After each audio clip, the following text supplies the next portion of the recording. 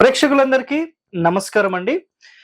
మనకు ఏపీ, తెలంగాణలో చాలా మంది అంటే ఈ జనరేషన్‌లో కూడా మనకు వాస్తుకు సంబంధించిన అవగాహన గాని, లేదు అంటే కనుక మనకు ఈ దిక్కులు, విదిక్కులకు సంబంధించిన అవగాహన గాని ఈ కాలంలో గూడా లేని వాళ్ళు ఇంకా ఎంతో మందున్నారు. ఎందుకంటే చాలా కామెంట్స్‌లో చాలామంది చెప్పిన విషయం ఏంటంటే, సార్ అసలు నిజంగా ఈ దిక్కుల గురించి మీరొక్కసారి చాలా వరకైతే ఇంగ్లీష్‌లో చాలా మంది చెప్పారు. సో, మీరు క్లియర్‌గా మా అందరికీ అర్థమయ్యే రీతిలో మాకు తెలుగులో చెప్పండి అని చాలా మంది చెప్పారు. సో, ఈరోజు అసలు మన ఇంటికి సంబంధించిన దిక్కులు ఏ విధంగా ఉంటాయి? విదిక్కులంటే ఏంటి? మళ్ళీ విదిక్కులకు, దిక్కులకు సంబంధించిన మధ్యస్థానాలను ఏమంటారు? సో, వీటికి సంబంధించిన పూర్తి పరిశోధన ఏవైతే మన మహర్షులు చేసి మనకు అందించారో, సో ఈ దిక్కులనేవి చాలా వరకు సింపుల్ అండి. ఎవరైతే వీటి గురించి ఆల్రెడీ తెలిసిన వాళ్ళున్నారో ఇది వాళ్ళ కోసం కాదండి.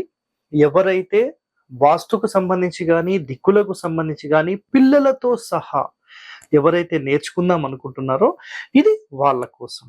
ఓకే. సో మొట్టమొదటిగా చూడండి, మనకి ఇది ఇంటి వాస్తుకు సంబంధించింది. దిక్కులు, విదిక్కులకు సంబంధించిన ఇన్ఫర్మేషన్ ఈ వీడియోలో మీకు అందించడం జరుగుతుంది.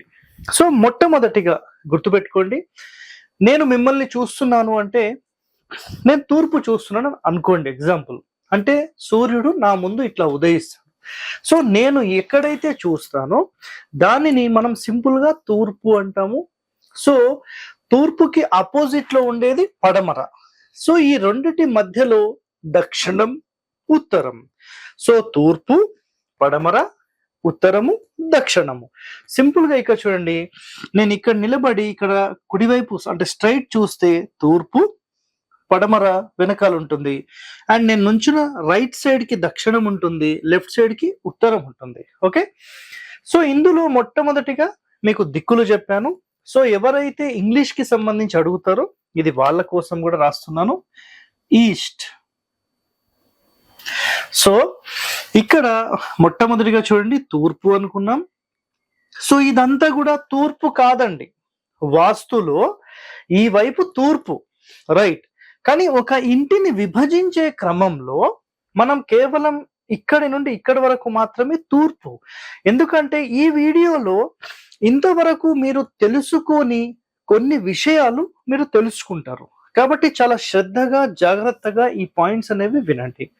ఓకే. సో ఫస్ట్ తూర్పు, దిక్కుల గురించి ముందు చెప్తున్నాను. తూర్పు, దక్షిణం. దక్షిణంని మనం జనరల్ గా సౌత్ అంటాం. Okay, south. దాని తర్వాత పడమర. సో పడమరని వెస్ట్ అంటాం. Okay, west. దాని తర్వాత ఉత్తరాన్ని నార్త్ అంటాం. ఓకే, ఇది చాలా సింపుల్ గా చిన్న పిల్లలకు కూడా ఇది చాలా చాలా ఇంపార్టెంట్ అన్నమాట. సో మీరు నేర్చుకోండి. సో ఇప్పుడు చూడండి, ఇది తూర్పు అయితే, ఇది దక్షిణం అయితే, తూర్పు దక్షిణం ఈ రెండు కలిసే మూలని ఆగ్నేయము అంటాం. ఓకే. సో ఆగ్నేయం మనం ఇంగ్లీష్ లో దీన్ని ఏమంటామంటే south east. SOU, south east. So ఆగ్నేయం, సౌత్ ఈస్ట్ అంటాం. అదే విధంగా దక్షిణము, పడమర కలిసే మూలని తెలుగులో నైరుతి అని అంటారు. దీనిని సింపుల్ గా సౌత్ వెస్ట్ అంటాం. సౌత్ వెస్ట్ అంటాం. Okay, south west.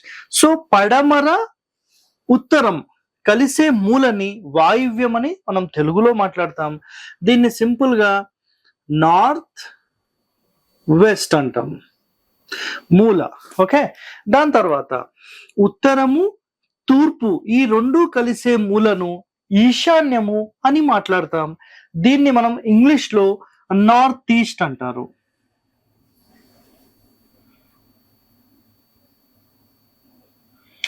North east. So ఇక్కడ చూడండి, ఇప్పుడు మనము దిక్కులకు సంబంధించి, విదిక్కులకు సంబంధించి ఇక్కడ వివరాలు తెలుసుకున్నాం. ఒక్కసారి మళ్ళీ మీకు నేను ఎక్స్ప్లెయిన్ చేస్తాను చూడండి.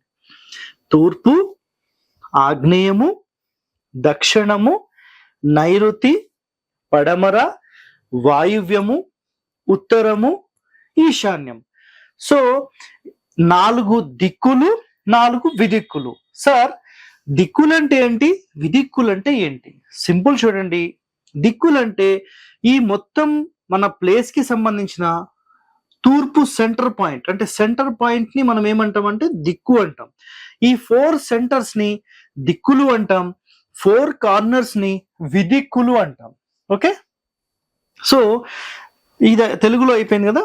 East and south east, south, south west, west, north west, north, north east. ఇక్కడ వరకు చాలా మందికి అయితే తెలుసు. ఇక నెక్స్ట్ చెప్పే టాపిక్ చాలా ఇంపార్టెంట్. చూడండి, మనం ఇది తూర్పు అన్నాం, ఇక్కడ ఆగ్నేయము అన్నాం. So east and south east, ఈ రెండిటి మధ్యలో తూర్పు ఆగ్నేయం ఉంటుంది. తూర్పు, తూర్పు ఆగ్నేయం, సౌత్ ఆఫ్ సౌత్ ఈస్ట్ అన్నమాట ఇది. Okay, south of east south అంటాం దీన్ని సింపుల్ గా. అట్లానే ఆగ్నేయము దక్షిణానికి మధ్యలో సింపుల్ గా దక్షిణ ఆగ్నేయం, ఈ ప్లేస్ ని దక్షిణ ఆగ్నేయం అంటాం. సో ఈ దక్షిణ ఆగ్నేయంది south of south east, south of south east. ఇక్కడ ఈస్ట్ ఆఫ్ సౌత్ ఈస్ట్. ఓకేనా? సో తూర్పు, తూర్పు ఆగ్నేయం, మళ్ళీ ఆగ్నేయం, మళ్ళీ దక్షిణ ఆగ్నేయం, దక్షిణ ఆగ్నేయం. సార్ మాకు కనిపించట్లేదు అని అనొచ్చు, నేను జస్ట్ మీకు డైరెక్షన్స్ చూపిస్తున్నానండి. ఓకేనా? దక్షిణ ఆగ్నేయం, మళ్ళీ దక్షిణం, మళ్ళీ ఇక్కడ దక్షిణ నైరుతి, సౌత్ ఆఫ్ సౌత్ వెస్ట్ అంటాం దీన్ని. ఓకేనా?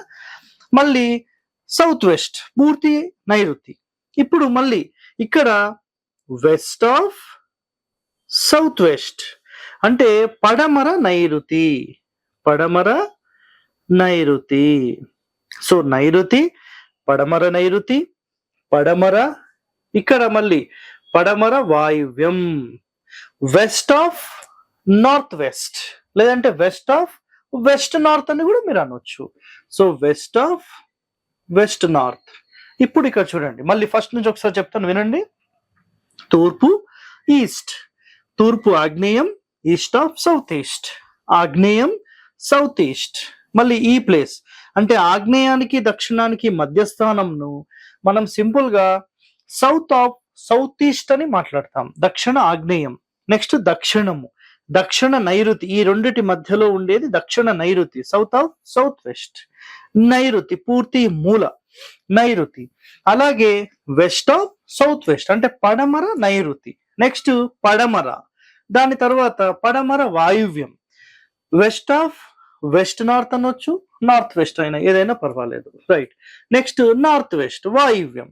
ఇప్పుడు ఇక్కడ నార్త్ ఆఫ్ నార్త్ వెస్ట్ అంటే ఉత్తర వాయువ్యం, దీన్ని అంటాం ఉత్తర వాయువ్యం. ఇది వాయువ్యము, ఉత్తర వాయువ్యము, మళ్ళీ ఉత్తరం.